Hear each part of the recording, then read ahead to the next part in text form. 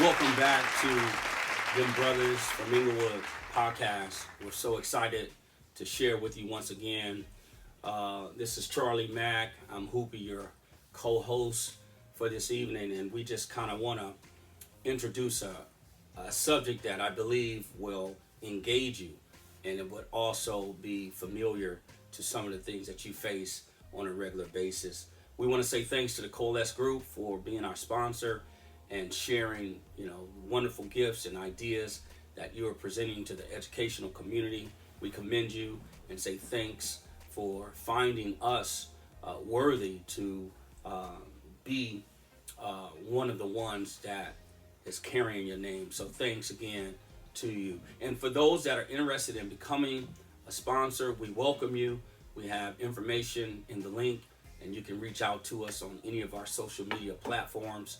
We look forward to sharing, and hopefully you'll find this advantageous to you. I'm just going to delve right in, but before I do, I just want my co-host to, say something to you guys, and then we're going to give you the topic, and we're going to just open up this discussion.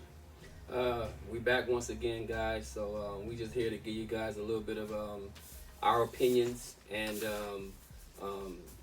our opinions are only our opinions. So you guys don't, we're not super professionals. We're just sitting here talking about down to earth things that we go through. So these are our opinions, guys. So don't take this to the bank and try to cash it in, because you ain't gonna get no money for it. Right. Well said. The subject that we're gonna, launch from today is, what do you do when you have one of those days, or what do you do when it's one of those days?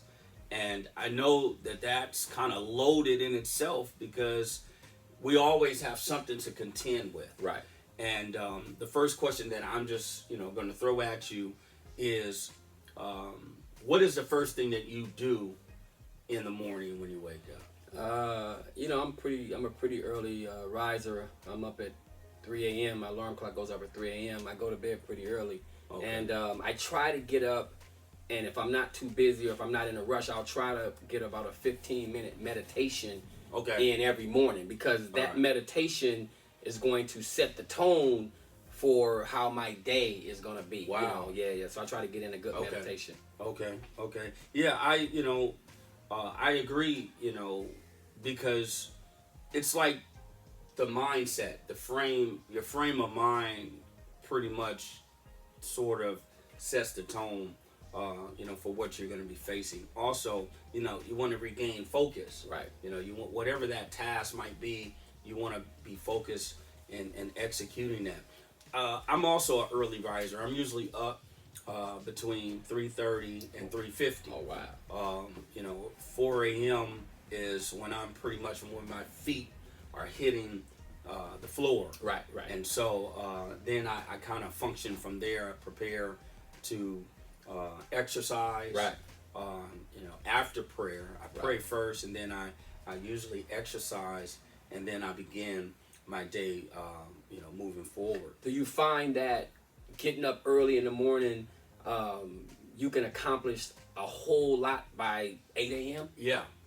Me too. It's rewarding because, when you start your day early and you're able to knock off some things that are on your to-do list. Right.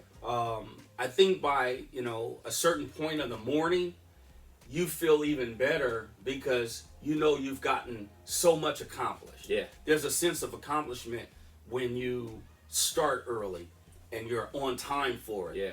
It seems like once you're late for something, it throws everything off. Yeah. You're out of sync. Yeah. And I'm learning that that creates not hostility, but it creates a hostile environment for me. Mentally, even emotionally. It's like it's hard for me to get it together. Yeah, because usually by, before the sun's up, I'm already, 5-6 miles into my workout. I'm done. Yeah. And I'm having my my tea Yeah. from Starbucks. Mhm. So I love it. I mean, Yeah. it in the beginning, it was a bit trying, adjusting your body to go to bed early and to get up that early. Yeah. But now, I don't think I have it no other way. Yeah. I always knew the value of rest. Yeah. I think we learned that early because remember, Mom used to make us take naps. Yeah. We always had to, even if we didn't go to sleep, Yeah. she made us lay down. Yeah. Go get in the bed. Yeah. Don't come out of there until I say so or whatever. Yeah. And then remember back in the day, they would let elementary school kids take naps. Small kids, they made us take naps. Yeah. Even if they put your head down on the desk when you got a little older. You remember? know what? You're right. We were like 5th grade. Right. You're right. 6th grade. We down on on the desk for a certain amount of time. Right. And that's because those instructors, not only did they know we were amped up, right, but they also understood we would be more apt to learn. The importance of having that mind. Because when you're tired, sharp. you don't listen. Yeah. And you miss things. Yeah. And so, but I think us being former athletes and having a discipline, it created a pattern in our life that proved to be, positive. Yeah. And I think, you just answered the second question, which was what sets the tone for you? Well, obviously, you spoke of your preparation. Yeah. And then you alluded to earlier that you have a meditation time. Yes. And I spoke about prayer. Yes. Speak about that. Speak about that small space, that window. I'm gonna tell you something. Just for people that don't do it, or maybe you do, maybe you don't. Whether it be you getting up in the morning praying, or getting up in the morning meditating, what it does for me, it kind of calms my soul. There you go. And it really frees my spirit, and it calms my soul to where, it's like I can almost take on anything that's out there. Whatever challenges is out there, I'm already prepared. Sounds like it brings peace. It brings and a a lot of calmness. peace. Okay, because there's a passage of scripture in the Holy Bible, and I know everybody has their own pursuit of God and choice of religion. Right. But in the King James Version of the Bible, in the Psalm, David speaks about, and I'm paraphrasing, but he speaks about the discipline of meditating day and night. Yeah. So his emphasis is on the consistency and importance of meditation. Yes. And if we think about it, yoga is meditation. I love it. It's a physical. I love it. It's a physical exercise, but it's more mental and emotional than anything else. I love it. So now we see that this situation that's taking place in our life really creates an element that's conducive for you. Right. Even though everything is chaotic around us. Everything is, happening and going on, but at the end of the day, you got peace of mind. Yeah, as long as you're prepared. That's all that matters. As long as you're mentally prepared to take on anything that day is going to come at you with. You're going to say, you know what? I meditated this morning, or I prayed this morning, or I went out and kicked the dog upside the wall. Whatever it is you do in the morning is going to prepare you for that day. Right. Okay. And that's great because it leads us into another question that I think we can elaborate on even more. How do you determine your day being challenging or positive? You know what? Usually, it's funny because usually when you wake up in the morning, you can kind of feel it. It's that old feeling. It's that old cliche. People, you woke up on the wrong side of the bed. It's the truth. Yeah. Because usually you wake up in the morning and you either feel positive, or you feel somewhere in the middle, or you just feeling depressed for whatever reason. You're like, man, why am I feeling like that this morning? And usually it'll get better or it'll get worse. So you just really never know until you really start your day. Because I woke up in the morning, and even after some meditation or whatever, I'm like, man, I'm not really feeling too good or whatever. And it could just be for a couple of hours, and then next thing you know, you're out of it. So with that being a realistic experience, because we all fall in that category. Some mornings, I tell people all the time pertaining to my faith. I say, some days I'm not feeling like I have all this faith, and that all these things are well, but I have to go back, reel myself in to speak to myself, saying, well, just because you don't feel this way, you still have to act this way, right, or practice this, right, or tell yourself that it's the opposite. Right. So it's like mind over matter. Right. Right. And I think a lot of people, when we read about motivational speakers and we learn about different professionals that that speak to us to encourage us and to motivate us, right? It's all positive speaking and positive thinking. Yeah. Right? But it's not lies. We're not lying to ourselves. No. We're trying to overcome that hurdle. You're getting in character. You're getting in character. You're getting in character so you can have some positive energy around you and not that negative energy around you. You're getting in character. So we do what you said earlier. We take a moment. We meditate. Yeah. And then we deal with the emotion that may have come over us. And we throw out the negative feelings to bring in what is positive, even though sometimes we walk into a reality that justifies that feeling. Yeah. It's not deja vu. Yeah. It's not clairvoyant, but it's actually a reality that really something negative did take place, but now that it's taken place, I gotta respond differently. Yeah, I mean, I might go outside and have a flat tire. Listen, think about how you feel, cause I know that you work out early in the morning too. But think about how you feel when you're out there by yourself and you're walking or running or whatever it is that you do to be active. Think about how much you think. You think about. Oh yeah. You think about. You think about everything. You think about your day. You think about your life. You think about the future. Oh yeah. But it's the most.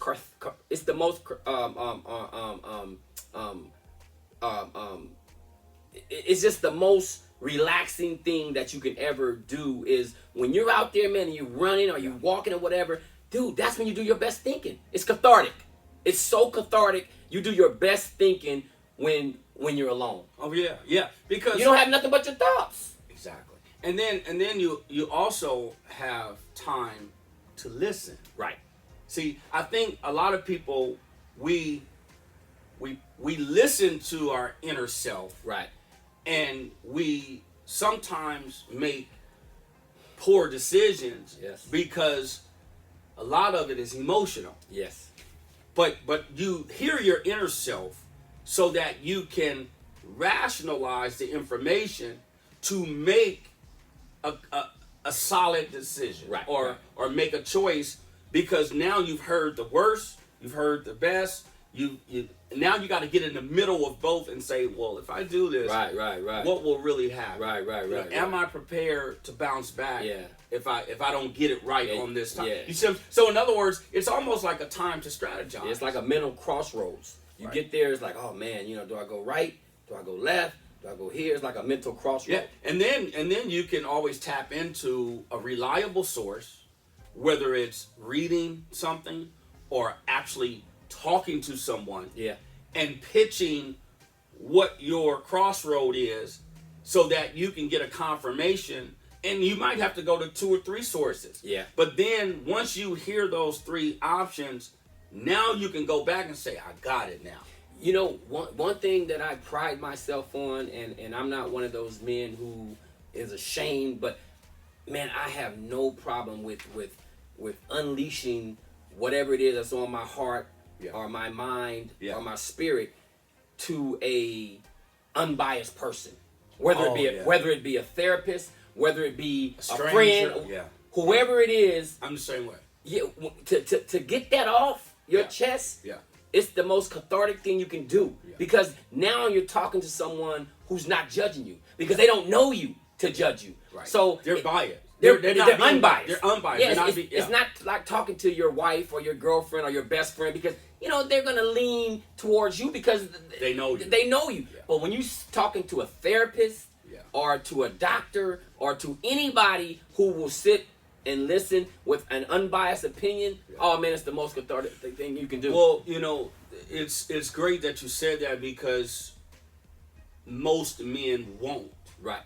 Now, if you get a group of men in front of a television watching the Super Bowl or watching the NBA championship game, then you can get dialogue and you might be able to sneak in a couple of important things like, well, bro, what's your finances really like? Yeah. Bro, what's your sex life really like? Yeah. Are you healthy? Yeah. Can you see? Do you think you drink too much? Right. Yeah. Because in these environments we're familiar with sports. You loosen up. And then you're with other men who are like you, they're masculine like you, they're into things that you're into. However, we all are cut a little bit different. Yeah. Even though we're males, we're cut a little bit different. But I think if we did that more, like women naturally communicate with each other. Look, man, whether it's about lipstick. Let me tell you something, man. Let me tell you something. I was dating this girl, and this was a while back, and she used to do book club. With her friends and family, whatever. And I thought it was just the coolest thing. I mean, I really admired her for, she was like, oh yeah, we do book club every month. They all get together, like how you were saying. Yeah. They pick a book, and they read the book, and then they get together, and they have their drinks and cocktails and conversation. Yeah, man, I wish men would do more things like that. Well, instead of meeting at the bar, and wherever else. Right.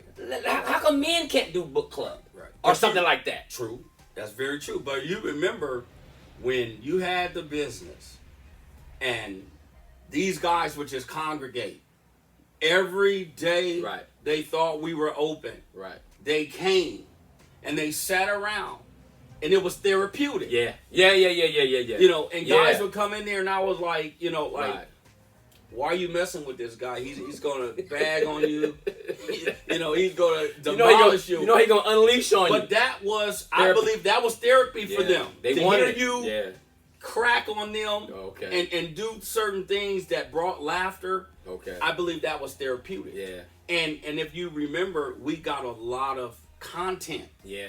Out of those situations while we were working, and you're right. I think that men should initiate it more, and it doesn't have to be over a football game. Oh, I know. We could come together under a different circumstance and chop it up. Hey, listen, man. I never told you this story, but I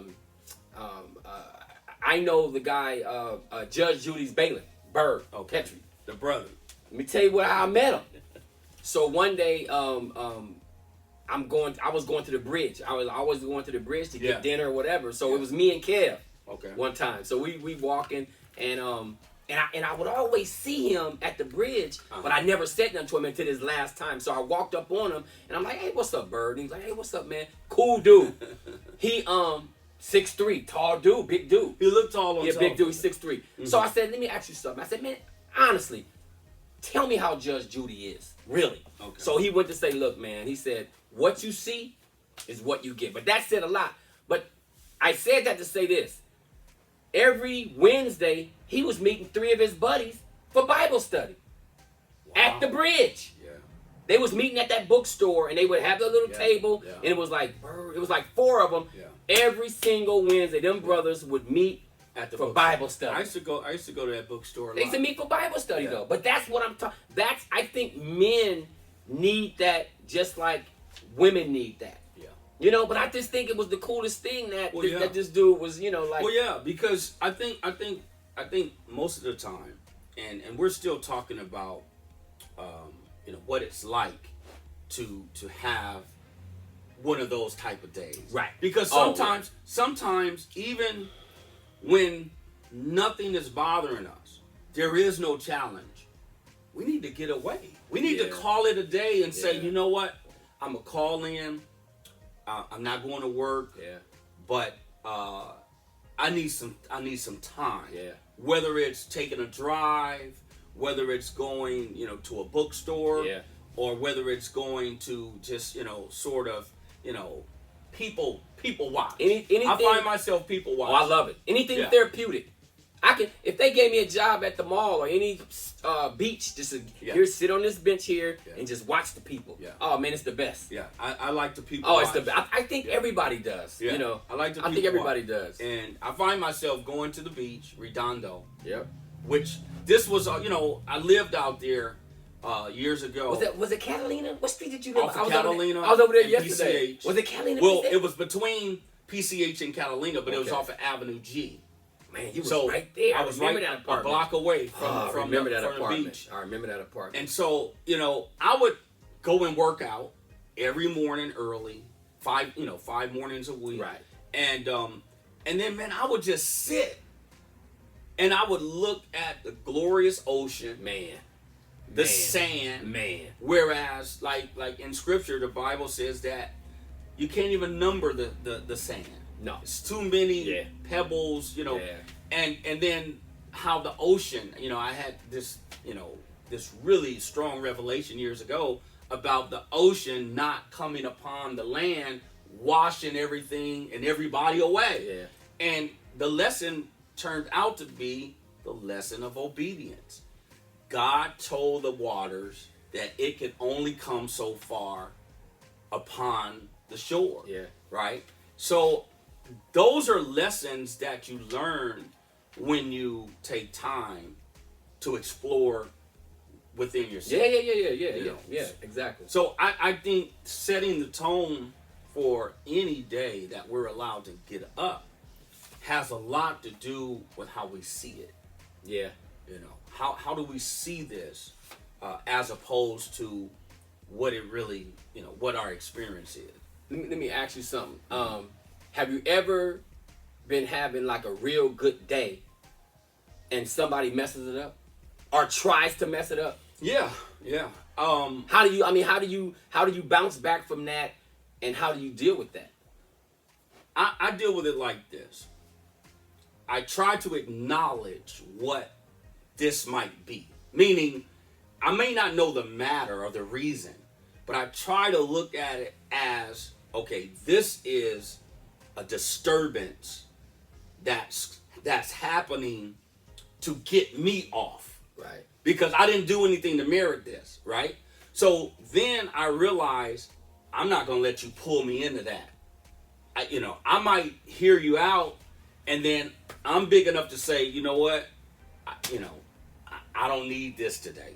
Yeah. And I exit that atmosphere because they brought an atmosphere that's not conducive to the way I'm feeling and what I'm about. So actually I acknowledge it, I judge it, and then I make a decision. Those are three things. I acknowledge it, I judge it, and then I make a decision.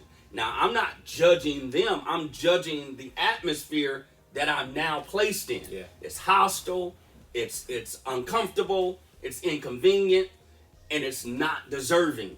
Right. So I have the ability to remove myself from that circle. And so that's how I deal with it. I try not to engage it, because the more you engage it, the more you're gonna be thrown out of scene. Yeah. You know what I do? I'm gonna tell you something. I'm probably more of a spiritual guy than I am a religious guy.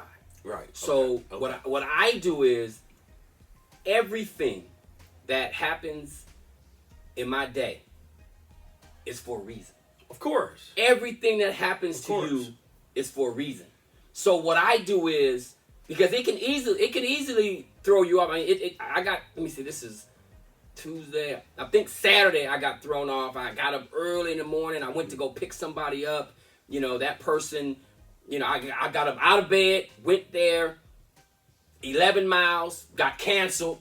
Oh. So my whole day from that point, I'm like, okay, now I'm in a bad mood. But I told myself, immediately after about maybe 10 minutes, I said, you know what? Let me get out of this bad mood. It's my fault for not at least calling the person or checking with them to make sure, to confirm. Yeah.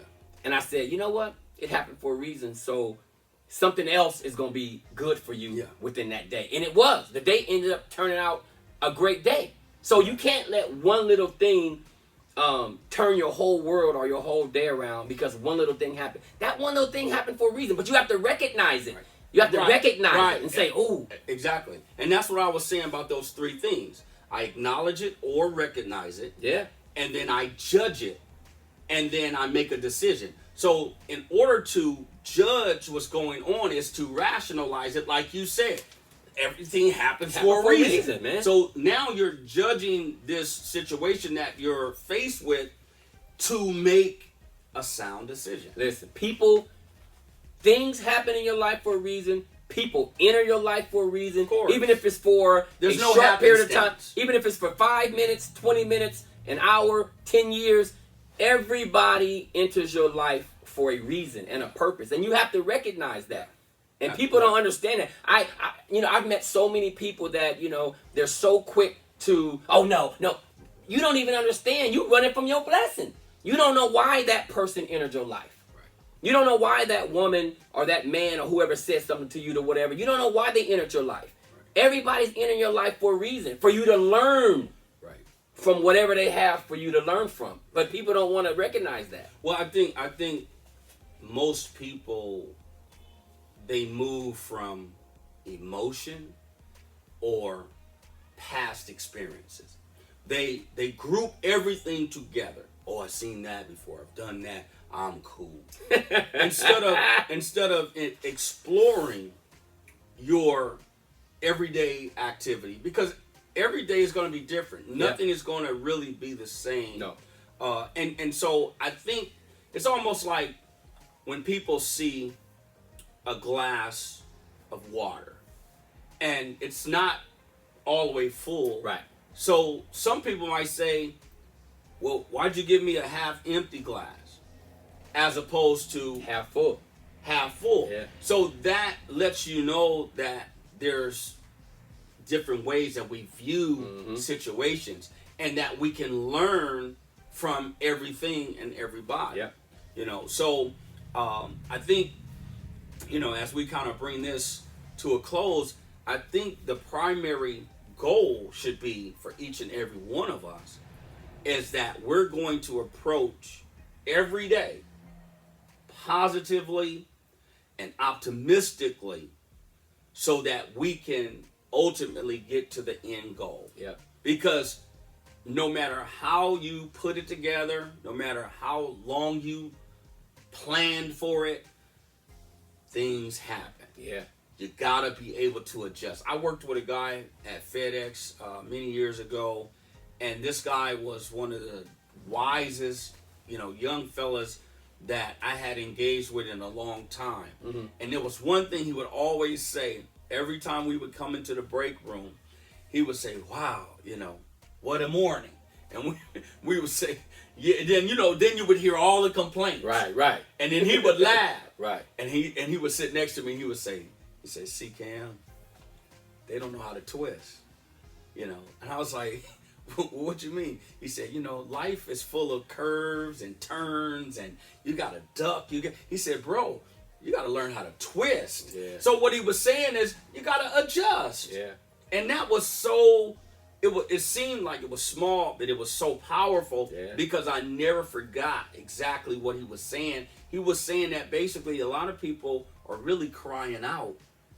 They just don't want you to know that they're crying out because they don't know how to ask for help. Yeah, and it comes out in various ways. Yeah, it comes out negatively. Right. Yeah, come out and say it. Whatever it is that's bothering you, go talk to somebody. Right. Whoever it is, whatever you're going through, go talk to somebody. You don't have to talk to me. You don't have to talk to your mom or your wife or your husband, but go talk to somebody that's unbiased. Yeah. Let it off your chest. Yeah. That way, you're going to get a real response from that person that you're talking to because that person don't really know you. So that they can't judge you. They're not going to judge you. So they're going to give you a positive feedback. Yeah. So, I mean, the most delicate part of this process is we have a choice. We can set the tone for each day that we're allowed to wake up. Yeah. We're either gonna embrace that we have an opportunity, because how do you wake up? Well, I know people do it all the time. I'll speak for myself. I would be reluctant to wake up a new day, new morning, and have a complaint. I'm up. Hey, listen. I have the activities on my limbs. I have a sound mind. I mean, I got action. Listen, we can talk about it on. We're gonna talk about that on the next topic. But okay. Let me tell you something, man. When I wake up in the morning, every day is my birthday. Mine too. I say it all the time. That's why I don't get all excited. Me Oh, it's either. your birthday. Me either. Dude, every day is my birthday. Every day you wake up, it's your birthday. But people think you being, sarcastic. Yeah. Or, and I'm like, or ungrateful. Yeah. Man, I'm like, look, no, bro. I'm serious. Every day is my birthday for me. I'm telling you. I feel the same way. Because we all have friends and family and loved ones who've laid down and didn't get up. Yeah. So, man, every day that God let me suck air, yeah. I'm good. And then I don't care about no birthday. Right. And then people are not healthy. That's what I'm saying. And they're not really happy about it. And so some of these people are actually wishing that they weren't here. Another topic. We're going to get into wow. it. Yeah. Yeah. Well, this, as always, it's always a great time of discussion and sharing, in a transparent way, because, we always learn something new. Right. And I just want to say thanks for giving conversation and insight on this subject. And to you, all the listeners and viewers, thank you for tuning in. We want you to also be reminded that these episodes can be shared. So we want you to like, subscribe, and share so that others can hear this content on your platform, and we can gain more traction as to getting more content out there to you all. So again, thanks to the Coalesce Group. Thank you all, and I'm gonna let my brother have last words and get us out of here. Like Cameron was saying, guys, if in any of these segments that we've talked about, if you guys know somebody who we may have struck a chord with, and you want to share it with them and say, hey girl, or hey guy, listen to these two brothers, listen to this may be something that you need to hear, share it, guys. And then they may share it, and they may share it, and that way Absolutely. we can stick around here and we can keep on doing these things. So anyway, peace and love, guys. Thank you guys for listening. We want you all.